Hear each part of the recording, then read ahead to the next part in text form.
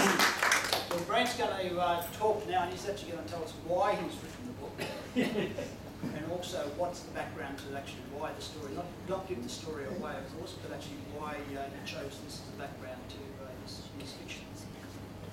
Thanks,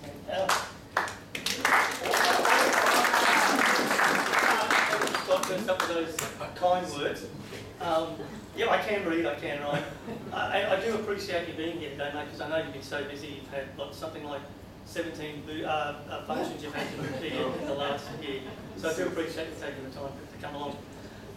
As to why I wrote the book, well, I guess like most people, I was having a shot at being a writer. And I went to a few author talks over the years, and one of the things, basically the underlying message from all the writers or authors I heard from was, if you want to write, write. And I thought, well, that's pretty bloody simple. I can do that. Even I can do that. So I actually got around to sitting down, got the laptop out on my lap and started typing away. And I sort of thought, well, I think I can do this.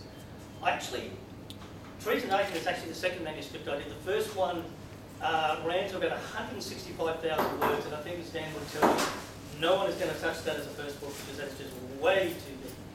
So I had a second idea, which is basically what was Treason Agent. I worked on it and decided I'd have a bit of a go, and as I typed away, the story just seemed to develop.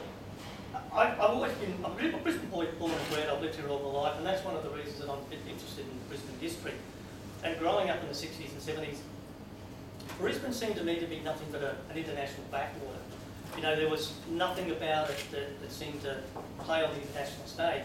But when I got back into the history of the Second World War, Brisbane was actually a very important place. I mean, it was the headquarters for General MacArthur.